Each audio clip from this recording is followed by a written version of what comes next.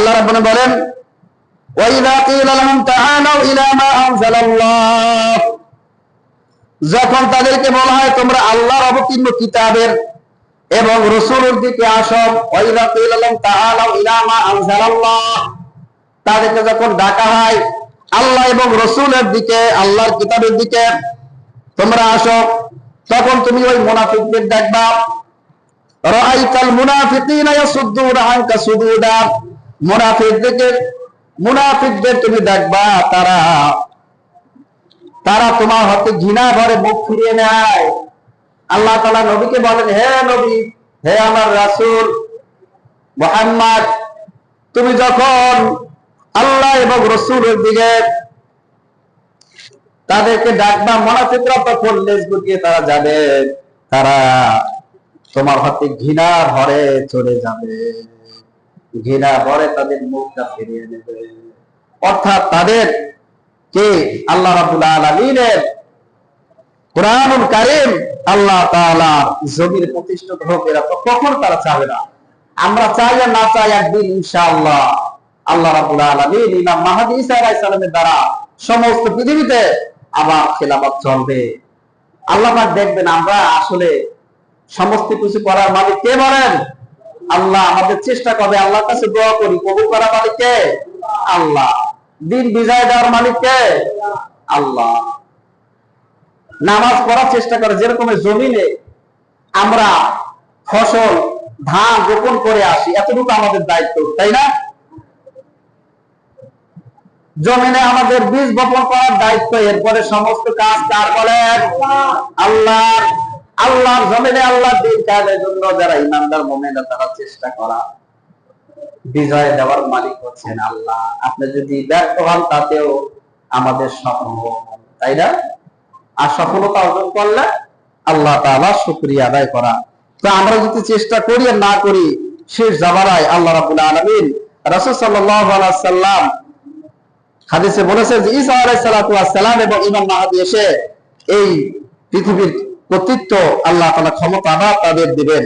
আবার সারা বিশ্বে মুসলমানেরা আজকে ফিলিস্তিনে দেখেন যে মুসলমানদের কি দুর্দশা, এটা আসলে ঈমানের কারণে। পরিপূর্ণ ঈমানদার না হওয়া পর্যন্ত আল্লাহ তাআলা এই নেয়ামত দেবে না। আমাদেরকে আগে নিজেদেরকে পরিপূর্ণ ঈমানদার হতে হবে। ইউসুফ আলাইহিস সালাতু ওয়াস সালাম 12 বছর জেলে ছিলেন, কেননা পরিপূর্ণ যদি ঈমানওয়ালা যদি মুসলমান না হয়, পরিপূর্ণ যদি আমলওয়ালা মুসলমান না হয়, তাহলে সে দুর্নীতি করবে না, কোনো গ্যারান্টি আছে বলেন? কোন ব্যক্তি 5 ওয়াক্ত নামাজ পড়লো না, ঠিক মতো আল্লাহ হুকুম মতো চললো না, এই ব্যক্তি যে অন্য মানুষের লক্ষ লক্ষ টাকার সম্পদ সে কিভাবে সে তার দ্বারা আত্মসাৎ হবে না, কোনো গ্যারান্টি আছে বলেন? না। তো এই জন্য খিলাফত এটা আমাদের কোনো আপনাদের আমরা ভালোবাসি। এই বাংলাদেশের জনগণ এবং বাংলাদেশের আলেমরা আল্লাহর দিন, আল্লাহ রাসূলকে বেশি মহব্বত করে। সৌদি আরবে অনেক ভাইয়েরা গিয়েছেন, দেখছেন সেখানে কি চলে? রাজতন্ত্র চলে, রাজতন্ত্র। আল্লাহর কাছে জবাবদিহিতা আছে, কথা বুঝছেন? রাজার নীতি আইন চলতেছে সেখানে, ক্ষমতা ধরে রাখার জন্য কিছু কিছু কোরআনের বিধান আছে, আগ থেকে চলে আসছে। আল্লাহু আকবার। কিন্তু এই বাংলার জমিনে পৃথিবীর সব থেকে বেশি ওলামা হাফেজ, 25 লাখের বেশি হাফেজ আছে এই বাংলার জমিনে। আল্লাহু আকবার। এটা আল্লাহ তাআলার নিয়ামত।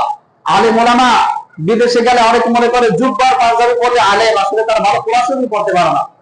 আমার এক বন্ধু বান্ধব হলো, ভাই যে আমি 25 বছর ছিলাম, তাদের নামাজ পড়াইছি, তাদের আমল শুধু ফরজিয়াতের বিষয় আছে, সুন্নাতের প্রতি গুরুক্ষেপ নাই। আমাদের বাংলাদেশের ভাইয়েরা, মা বোনেরা তারা পালন করে এবং বেশিও চেষ্টা করে করার। তো এই জন্য দেখবেন আল্লাহ রাব্বুল আলামিনের কাছে যখন যাবে হাসরের ময়দানে, যখন ঘটনা ঘটবে, কিয়ামত যখন হয়ে যাবে, তখন আল্লাহ রাব্বুল আলামিন হিসাব চুকিয়ে দেবেন সুন্দরভাবে। আল্লাহ তাআলা বুঝিয়ে দেবেন যে কার কর্ম কত দূর। এই জন্য আল্লাহ বলছেন সূরা ওয়াকিয়া আছে, ওয়াসাবিকুনা সাবিকুন, যারা অগ্রগামীরাই অগ্রগামী হয়, যারা নামাজি ব্যক্তিরা দেখবে তারা আরো নামাজের সচেষ্ট, দানকারী, আমলওয়ালারা। আর যারা দিনের প্রতি, ধর্মের প্রতি যাদের কোনো গুরুক্ষেপ নাই, এরা নেকামল করতে পারে না। ভালো ছাত্রছাত্রী আরো চেষ্টা করে, আমরা পড়াই দেখি, আরো চেষ্টা করে ভালো পড়াশোনা করার জন্য, আরো ভালো। আর যেগুলো হারানো থাকে এগুলো চেষ্টাই নাই। এই জন্য আল্লাহ বলছেন ওয়াস্তাবিকুন আস-সাবিকুন উলাইকাল মুকাররাবুন। সূরা ওয়াকিয়া আল্লাহ বলছেন যে অগ্রগামীরাই কি হয়? অগ্রগামী। উলাইকাল মুকাররাবুন, তারা হচ্ছে রবের নৈকট্য প্রাপ্ত। ফি জান্নাতিন নাঈম, তাদের জন্য আল্লাহ তাআলা জান্নাতের নাঈম রেখেছে। সুবহানাল্লাহ, আল্লাহ আল্লাহ। এই গেল দ্বিতীয় বিষয়, খিলাফা। এটা মনে করে যদি কোনো আলেম ওলামাদের নিজেদের কথা মনে হয় না, ইমাম চলে যাবে। আল্লাহ কোরআন স্পষ্টভাবে আল্লাহ বলে দিয়েছেন, আল্লাহ ইয়াহকুম বিমা আনজালাল্লাহ। আল্লাহ হুকুম দিয়েছেন। এই 30টা পারা কোরআন কেন দিয়েছেন? মানুষের 5টা পারা 2টা পারাই তো হয়ে যেত যদি আমরা এত ছোট মনে করি। ইসলাম কমপ্লিট কোড অফ লাইফ, মানুষের জীবন থেকে শুরু করে পূর্ণাঙ্গ জীবন ব্যবস্থা হচ্ছে ইসলাম। ইসলামের বাহিরে আপনি চলতে পারবেন না। মসজিদ থেকে বের হয়ে মনে করি যে না আমার কর্ম নাই, আপনি মসজিদ থেকে বাইরে হয়ে হাঁটবেন, রাস্তার ডান দিকে হাঁটবেন। ইসলাম শিক্ষা দিয়েছে আপনি একটা কষ্টদায়ক বস্তু দেখবেন, সরাই ফেলবেন। একটা কাঁটা দেখবেন, সরাই সজ্জা সব। মানুষকে সালাম দেবেন, সালাম। ঘরে গিয়ে সালাম দেবেন, সালাম। প্রত্যেকটা জায়গায় আমল ছাড়া কোনো গতি নাই। টয়লেটে ঢুকবেন, সেখানেও নিয়ম আছে, আছে না বলেন? বের হবেন, নিয়ম আছে। জন্ম হইলে সাথে সাথে কি করা? আযান দেওয়া, হ্যাঁ, আকিকা করা। তো ইসলামে কোন জিনিসটা নাই? অন্যান্য ধর্মের আপ টু ডেট, আমাদের হচ্ছে কমপ্লিট। আল্লাহ রাব্বুল আলামিন আমাদেরকে বোঝার তৌফিক দান করেন। আর আমাদের সামনে হচ্ছে সবর, ধৈর্যের মাস সামনে। আমাদের আর 1 সপ্তাহ বাকি। সওম, আস-সাওমুলি ওয়া আনা আজজি বি। আল্লাহ বলছে, আল্লাহ হাদিসে কুদসিতে আল্লাহ বলছেন রোজা আমার জন্য আর এর পুরস্কার আমি দেব। অনেক ভাইরা দেখা যায় যে রোজা রাখে না, সামর্থ্য শক্তি থাকতেও মুরব্বি হয়ে যায়, পারে না, অসহায়, দুর্বলতা যাদের আছে তাদের কাফারার একটা বিষয় ওরা সুন্নায় আছে। কিন্তু যাদের শক্তি আছে, সামর্থ্য আছে, যুবকরা আলহামদুলিল্লাহ এখন আমাদের যুবক ভাইরাও ইসলামের প্রতি তারা উদ্বুদ্ধ আগের থেকে। আমরা সকলে রোজা ফরজিয়াতে কোনো কিনাই ছাড় নাই। ইচ্ছাকৃত ভাবে যদি আমরা রোজা না রাখি, আগামী বছর যে আমরা কি বাঁচবো আর কোনো গ্যারান্টি আছে বলেন? তো আমরা ওয়াদা করতে পারি না আল্লাহর কাছে যে আল্লাহ তুমি আমাকে তৌফিক দাও। আল্লাহর কাছে সর্বপ্রথম কি চাবো? তৌফিক দাও আল্লাহ, আমি যেন সুস্থ অবস্থায় এই রমাদান মাস, 1 বছর পরে একটা মাস রোজা আল্লাহ আমি যেন রাখতে পারি। আল্লাহ সেই তৌফিক তুমি আমাকে দাও। আল্লাহর কাছে দোয়া করা, হেদায়েত চাওয়া।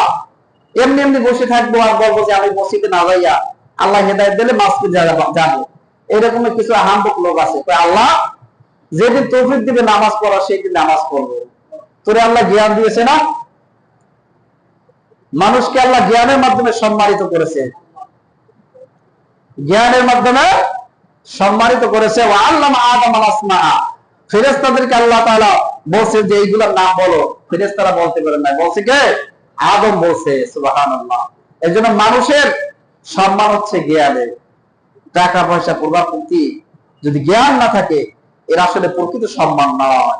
আল্লাহ তাআলা আমাদের সকলকে যেন তাকওয়ার মাস, আল্লাহ বলছে ইয়া আইয়ুহাল্লাযীনা আমানু, বিশ্বাসীরা, কুতিবা আলাইকুমুস সিয়াম, তোমাদের জন্য রোজা ফরজ করা হয়েছে, কামা কুতিবা আলাল্লাযীনা মিন ক্বাবলিকুম লাআল্লাকুম তাত্তাকুন। এই উম্মতে মুহাম্মাদের জন্য না, অন্য নবীদের, পয়গম্বরদের উম্মতদেরকেও রোজা ফরজ ছিল। মিন ক্বাবলিকুম মানে পূর্বে নবী রাসূলদের জন্য। এই জন্য আল্লাহ তাআলা যেন আমাদের সকলকে সিয়াম পালন করার, রাখার তৌফিক দান করেন। কামা কুতিবা আলাল্লাযীনা মিন ক্বাবলিকুম লাআল্লাকুম তাত্তাকুন, যাতে আল্লাহ ভীতি অর্জন করতে পারো, তাকওয়া অর্জন করতে পারো। মানুষকে দেখানোর জন্য কোনো আমল আল্লাহ কবুল করবেন। আল্লাহ রাব্বুল বোঝার এবং আমল করার তৌফিক দান করেন। আল্লাহুম্মা আমিন। সুবহানাকা আল্লাহুম্মা বিহামদিকা আশহাদু আল্লা ইলাহা ইল্লা আনতা আস্তাগফিরুকা ওয়া আতুবু ইলাইক। আসসালামু আলাইকুম ওয়া রাহমাতুল্লাহ।